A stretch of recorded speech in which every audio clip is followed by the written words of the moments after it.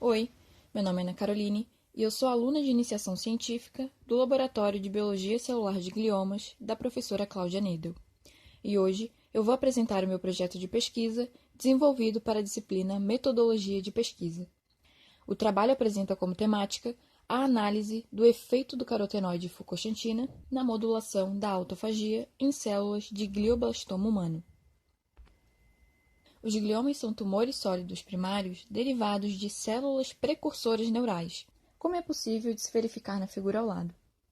Estes tumores são majoritariamente intracranianos, porém existem alguns relatos do seu desenvolvimento no cone medular. Sendo assim, apesar de ser um fenômeno raro os gliomas se desenvolverem fora da região encefálica, eles apresentam um potencial de desenvolvimento por toda a extensão do sistema nervoso central. Apesar de não serem tumores muito frequentes na população mundial, os gliomas correspondem a cerca de 70% dos tumores encefálicos malignos. E, de modo geral, os gliomas são tumores heterogêneos, ou seja, apresentam diferentes morfologias celulares, distintos padrões na expressão gênica, proliferação, metabolismo e tipo de lesão tecidual. Por conta dessa heterogeneidade, a Organização Mundial de Saúde elaborou protocolos de classificação tumoral baseado nos distintos padrões histológicos e moleculares. Essa classificação permite que esses tumores sejam agrupados em uma escala crescente de malignidade, que, do ponto de vista clínico, acaba se tornando um ótimo marcador de prognóstico e orientador terapêutico. É possível verificar nessa tabela que os gliomas são divididos em 4 graus, de acordo com o padrão histopatológico e grau de agressividade. As características utilizadas para a realização desta análise são o padrão de infiltração, a proliferação celular, a promoção de angiogênese e áreas de necrose. Observem que nessa classificação, os tumores de grau 3 e 4 são os mais agressivos e os que apresentam o pior prognóstico. O glioma de grau 4, denominado glioblastoma multiforme, é o mais agressivo dos tumores. Ele apresenta como principal característica a alta taxa proliferativa, o pleomorfismo celular, que se dá por células multinucleadas, com núcleos gigantes e tamanhos e formatos distintos, a promoção da angiogênese, que é a formação de vasos sanguíneos no tecido tumoral, e grandes áreas de necrose com hemorragia. Os glioblastomas formam um tecido altamente infiltrativo.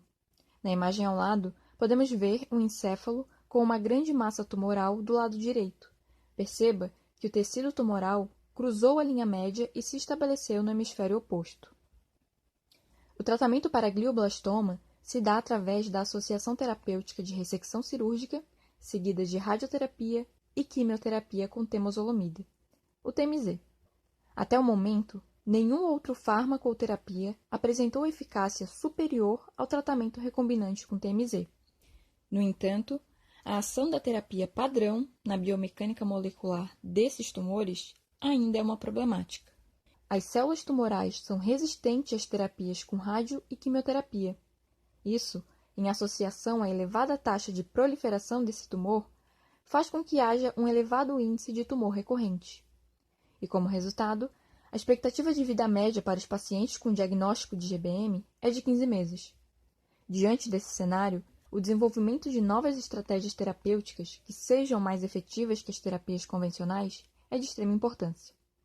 Trabalhos recentes demonstraram que a autofagia desempenha um papel crucial na modulação do desenvolvimento tumoral, sendo seu papel ainda controverso.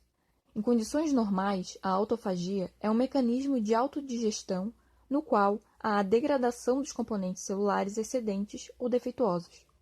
Dependendo do tipo de sinalização celular, a autofagia pode resultar na sobrevivência da célula, onde o produto dessa autodigestão serve de substrato para as demais vias metabólicas da célula, ou de morte celular, onde o processo autofágico serve como uma inicialização do processo apoptótico. Porém, ainda existe uma controvérsia sobre o papel da autofagia em células tumorais. Alguns estudos apontam que o processo autofágico no câncer pode promover o desenvolvimento tumoral, fornecendo os substratos necessários para que as células sobrevivam a um ambiente estressor, como causado pelas terapias. Dessa forma, a autofagia atuaria como um provável fator de resistência tumoral e metástase. Outros estudos ainda demonstraram que a indução do processo autofágico em células tumorais pode diminuir a viabilidade da célula e torná-las responsivas ao tratamento. Uma hipótese que está sendo levantada é que a função da autofagia é dependente do contexto tumoral, ou seja, as características particulares de cada linhagem tumoral vão definir se a autofagia atuará no crescimento tumoral ou na sua supressão. Na figura ao lado, vemos um exemplo de duas células tumorais, em contextos distintos, onde em uma, a autofagia provocou a morte da célula e na outra não. Diante destes fatos, nos questionamos: como a autofagia regula o metabolismo tumoral em células de glioblastoma? Pois bem, a fucoxantina é um carotenoide importante encontrado nas algas pardas. Ela é uma substância abundante, representando mais de 10% do total de carotenoides, incluindo fontes aquáticas e terrestres. Estudos apontam que esse composto apresenta diversos efeitos benéficos à saúde humana, entre eles o efeito antineoplásico. Estudos in vitro demonstraram que a fucoxantina é capaz de induzir a apoptose e inibir o crescimento de várias linhagens de células tumorais, incluindo algumas linhagens de gliomas. Os poucos trabalhos que utilizam a fucoxantina em células tumorais fazem a análise voltada para o processo apoptótico.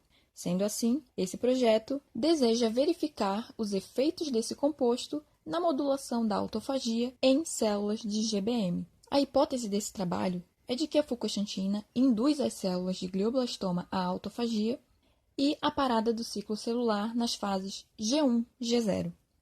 Para elaborar essa hipótese, me baseei nos dados contidos na literatura sobre os possíveis mecanismos de ação da fucoxantina. Já a hipótese sobre a parada no ciclo celular foi elaborada tendo em vista o comportamento dessa linhagem de tumores em específico. Como já foi citado, elas são células que crescem muito, apresentam uma alta capacidade de migração e liberação de fatores que promovem a angiogênese. Além disso, são células extremamente resistentes e que apresentam muitas regiões de hipóxia no tecido tumoral. Todos esses fatores são associados à presença de células-tronco tumorais, células com diversos mecanismos de sobrevivência e escape de situações adversas, como a parada do ciclo celular entrando em um estado de dormência chamado quiescência. A presença de células-tronco tumorais é um fator muito crítico para as terapias atuais, visto que não são responsivas aos tratamentos utilizados e possuem a capacidade de reestruturar todo o ambiente tumoral, causando a reincidência.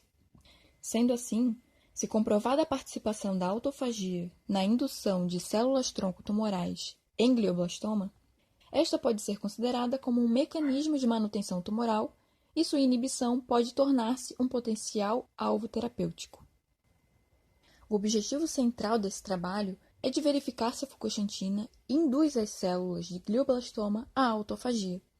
E para isso, eu pretendo verificar a presença de vesículas acídicas nas células, que são estruturas características de células em autofagia, caracterizar os efeitos da autofagia sobre a viabilidade celular, identificar se as células são induzidas a paradas no ciclo celular, sendo um possível indicador de células-tronco tumorais, e verificar se há resistência ao tratamento com fucoxantina na presença de autofagia. A parte experimental desse projeto será realizada com a utilização de culturas celulares de GBM1, que é uma linhagem de glioblastoma humano. As células serão cultivadas em meio condicionado e receberão tratamento com fucoxantina. Após o tratamento, as culturas celulares serão divididas em grupos e expostas a agentes indutores e inibidores de autofagia. Todos os procedimentos realizados neste trabalho seguirão os protocolos estabelecidos na literatura.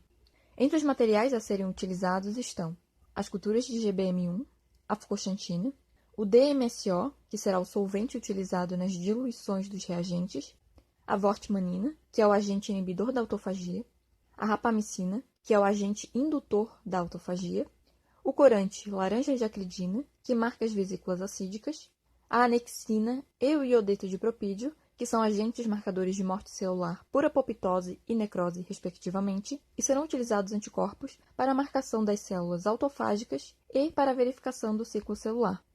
Para isso, serão utilizados os ensaios de laranja de acridina, anexina e iodeto de propídio, imunocitoquímica e o blotting.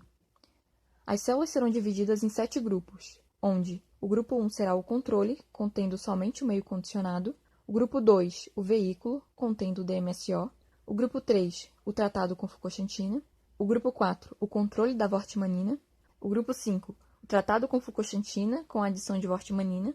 O grupo 6, o controle da rapamicina. E o grupo 7, as células tratadas com Foucault-Chantina e a adição da rapamicina. Conhecendo o comportamento celular de GBM1, acredito que observarei nos resultados um aumento no número de células autofágicas, a presença de células apoptóticas, a parada no ciclo celular, sendo proporcional ao aumento da autofagia, e a diminuição da responsividade celular ao tratamento com Foucault-Chantina após um determinado tempo. Esse é o primeiro cronograma de atividades elaborado para o projeto. Dessa forma, podem haver alterações com relação à ordem e duração dos experimentos, mas até o momento, a preparação dos materiais e reagentes, a manutenção das culturas celulares e os experimentos propriamente ditos ocorrerão de agosto de 2020 a fevereiro de 2021, havendo uma pausa no mês de janeiro. O mês de fevereiro vai ser reservado, basicamente, para a análise dos resultados obtidos nos experimentos, a manutenção das culturas celulares e para a elaboração do relatório final, que irá de fevereiro a abril de 2021. Esse é meu projeto de pesquisa. Eu espero que tenha conseguido explicar o conteúdo de forma clara. Agradeço a atenção de vocês, peço desculpa por ultrapassar o tempo e até mais.